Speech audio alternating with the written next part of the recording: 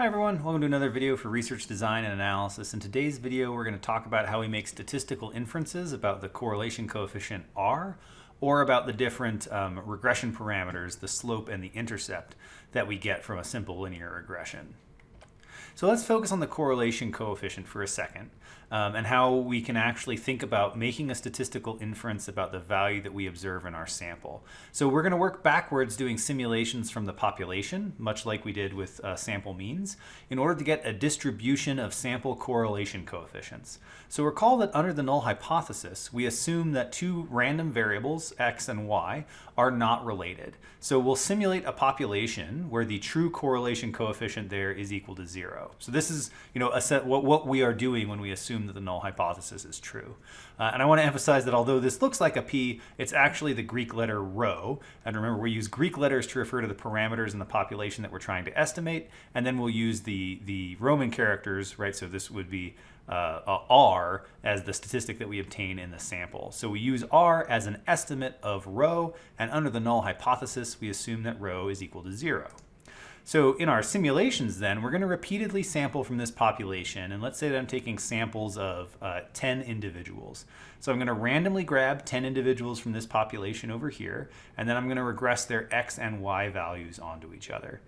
Then I'm going to do that again, I'm going to do it again, I'm going to do it again, right? And you can see that throughout all of those different random samples, we get slightly different values. One of them's a little bit positive, one of them's a little bit negative, right? A little bit negative, and then one that's basically 0, right? But the actual correlation coefficient that we observe in our sample bounces around a lot.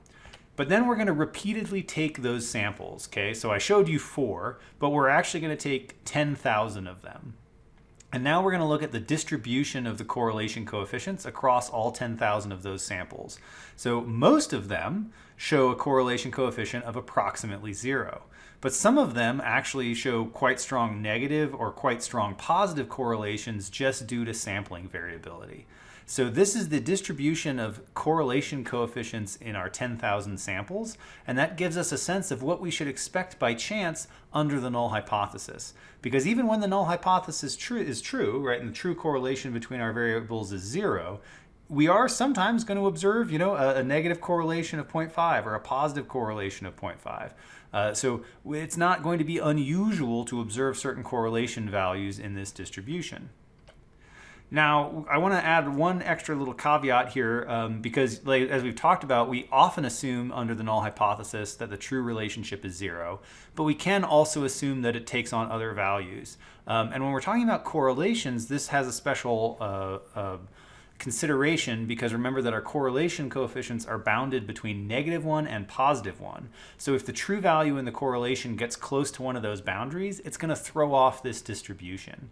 So here's our sampling distribution when the true population mean was 0, and it's not quite normal. It's actually thicker in the tails than a normal distribution would be, but it is more normal. Now, if the true relationship was 0.6, and let's say under the null hypothesis we were assuming that the true value is 0.6, we would get a distribution of sample correlation coefficients that looks like this. And you can see that it has this significant negative skew here, but it's still centered around the true value of approximately 0.6. So this lack of normality, which is more moderate when rho is 0, but is going to be extreme as rho approaches either +1 or -1, is something that we have to deal with before we start making probabilistic statements about how likely is it if we get a correlation in our sample of 0.8. Right? We can always make probabilistic statements if we know the distribution. That's why we've worked with the normal distribution and the t-distribution in the past. But this somewhat normal distribution, we don't quite have a model for, and this skewed distribution we also don't quite have a model for. So what we would like to do is transform these things into a truly normal distribution, and then it's going to be easy to calculate a p-value. And fortunately, the way that we can do this is through something known as Fisher's Z transformation. And I'm not going to get into exactly why Fisher's Z transformation works here. That's a bit more of an advanced topic for a different video. But suffice it to say that Fisher's Z transformation does work for converting R values, which are on this bounded scale between -1 and +1, into Z-scores. And then it will then form a normal distribution. So I can take each of the R values here from when rho was equal to 0, feed them through this formula and it's going to spit out z-scores. And you can see now that the distribution has changed a little bit. It's still centered around 0, right? But now it actually bleeds over a little bit past -1 and a little bit past +1, because as z-scores, these are no longer bounded. But most importantly, this distribution is now normal, and it's actually centered directly on 0. So our population row of 0.0 translates into a z-score of 0.0. We get a similar thing when we look at this skewed distribution from when rho was 0.6, right? We can run it through this formula, transforming each r value into a z value, and you can see now this distribution is shifted up, right, to be centered closer to the row of 0.6. It doesn't translate directly into an r of 0.6, but it's very, very close, right? But the main thing is it is now a normal distribution that is centered on that value rather than this heavily skewed distribution. So because we now have two normal distributions that we can work with, it's possible for us to say, okay, well, assuming that the true value of rho was 0, what's the probability of getting an r of -0.8 or of getting an r of +0.8? Because what we'll do is ultimately change those into z-scores and then see where they fall on this distribution. So by doing the z transformation, we're always going to have a normal sampling distribution regardless of the underlying correlation. And importantly, when rho is 0, then z is also 0. So this will directly become a normal distribution centered on 0. Now, it's going to have a standard error of 1 divided by the square root of the number of observations minus 3. And again, we can kind of prove why this works with simulations, or if you're really interested in, well, why does this become the standard error? That's an advanced question. But for now, just take it that this is the standard error of this distribution. And as we increase the number of observations, this distribution is going to get tighter because this denominator is going to get bigger, which will make the standard error smaller. So as we take bigger and bigger samples, getting large correlations is going to be more and more rare if the null hypothesis were true. When we only have 10 individuals, right, we're still going to get some pretty big fluctuations because 10 is not a large sample. But if we had 100 individuals, now we'd get a much tighter null distribution that's close to 0, because in 100 people, if the null hypothesis were true, it's going to be rare to observe a correlation of 0.6 because we wouldn't expect to get fluctuations that big due to sampling variability alone. So now, bringing this back to the null hypothesis test, right? Under the null hypothesis, we assume that the true value of rho equals 0, which effectively means we're assuming the z-score in our normal distribution is 0. And we'd have an alternative hypothesis that rho does not equal 0, or similarly that the z-score we're going to observe does not equal 0. So once we transform, the data, we know what the sample distribution looks like under the null hypothesis. And based on whatever our alpha level is, we'll draw lines that separate the extreme ends from the middle part. And usually we set alpha at 0.05, so we're separating the middle 95% from the extreme 5% of the sampling distribution. So then we can say, all right, if we observe a correlation coefficient that translates into a z-score of, let's say, 1.2, that would exceed the critical threshold, and we would reject the null hypothesis in this situation because the p-value, right, the probability of observing a z-score that large or larger is smaller than the alpha threshold that we set in order to control our type 1 error rate. So rejecting the null hypothesis here means that we think the true correlation coefficient is unlikely to be 0. And of course, that's assuming that all of our other hypotheses or other assumptions hold. But remember that this is still a probabilistic statement, right? We might reject the null hypothesis and say this correlation is unlikely to have arisen if the null hypothesis were true. But it certainly still could have arisen. It just has a less than 5% chance of being that extreme or more extreme, assuming that the null hypothesis was correct. Okay. So next, let's think about the statistical inference in the standpoint of regression. It's really going to be basically the same. The only difference is that now, rather than a single correlation coefficient, we have to worry about sampling distributions for both the intercept and for the slope. So when we're doing the regression, right, it's the same logic of the hypothesis test, that we're going to make an assumption that the true intercept is equal to 0 or the true slope is equal to 0. Now, if we did this with standard normal variables, right, where I just selected things that randomly had a mean of 0 and a standard deviation of 1, we'd get results really similar to what we just saw with the correlations. So instead, I'm going to select two variables that have meaningful values to them, but we don't expect to be related. Because again, the major benefit of regression relative to correlations is that regression allows you to work in the original units. So let's use an example that actually has some meaningful units. And I'll pick out adult height, which has a mean of about 1.7 meters and a standard deviation of 0.11 meters in the United States, and adult IQ, which by design, a lot of IQ tests have a mean of 100 and a standard deviation of 15. Now, we don't expect IQ and height to be related, so I'm going to simulate a population where they are not, but this is then a normal distribution of IQs that have the mean of 100 and a standard deviation of 15, and this is a normal distribution of heights that have a mean of 1.70 and a standard deviation of 0.11. So then combined, we have a multivariate normal distribution where we just have this cloud of data points because there's no reliable relationship between IQ and height.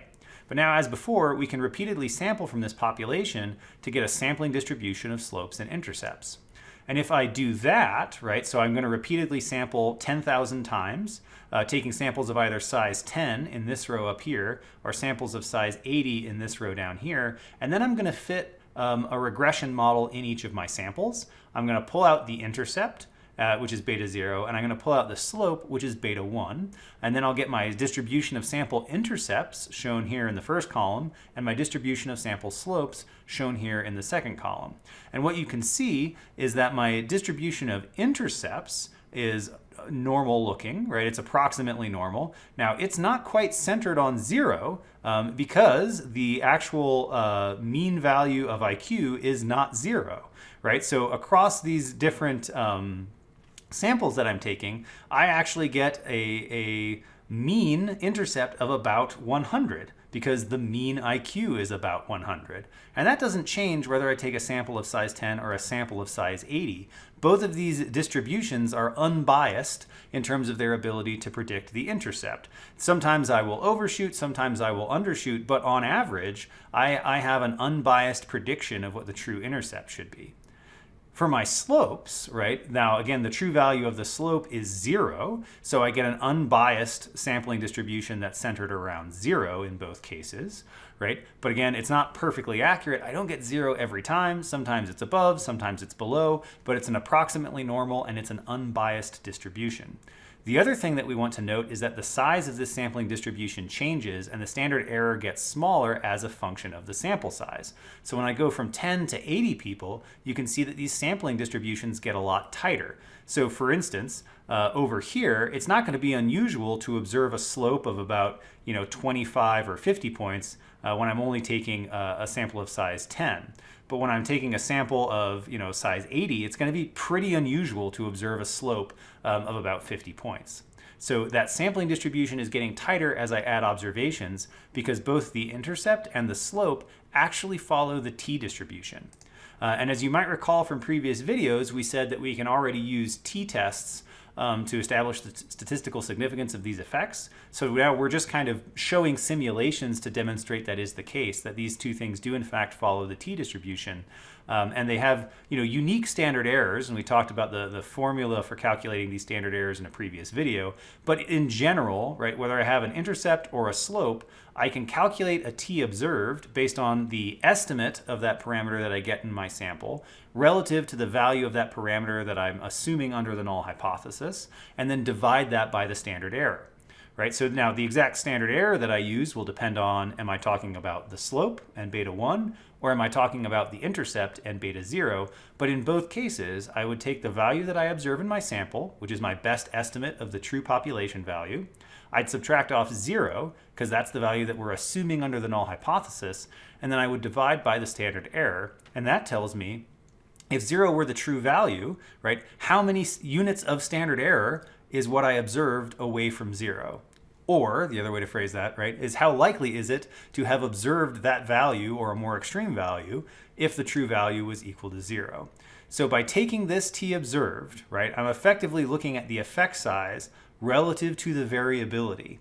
And now I can draw those confidence limits, right, to separate the middle 95% of the distribution away from the 5% in either of the tails, to show anything to the left of this lower limit would be statistically significant, and anything to the right of this upper limit would be statistically significant when n equals 10. When I'm changed to an n of 80, right, because the standard error gets so much smaller, right, the same effect size is now being divided by a smaller numerator, which makes the t observed larger. So a slope of 50 over here isn't going to cut it and isn't going to be statistically significant. But a slope of 50 over here would be pretty unusual, and we would say that that's statistically significant, and we would reject the null hypothesis in this situation. And that's going to be true whether, for the slope or the intercept. The logic of doing that is the same. We're calculating a t observed value, assuming that the null hypothesis is true. And then because we know the actual mathematical definition of the t distribution, we can say with precision how likely is it to obtain a value that extreme or larger, assuming that the null hypothesis was true.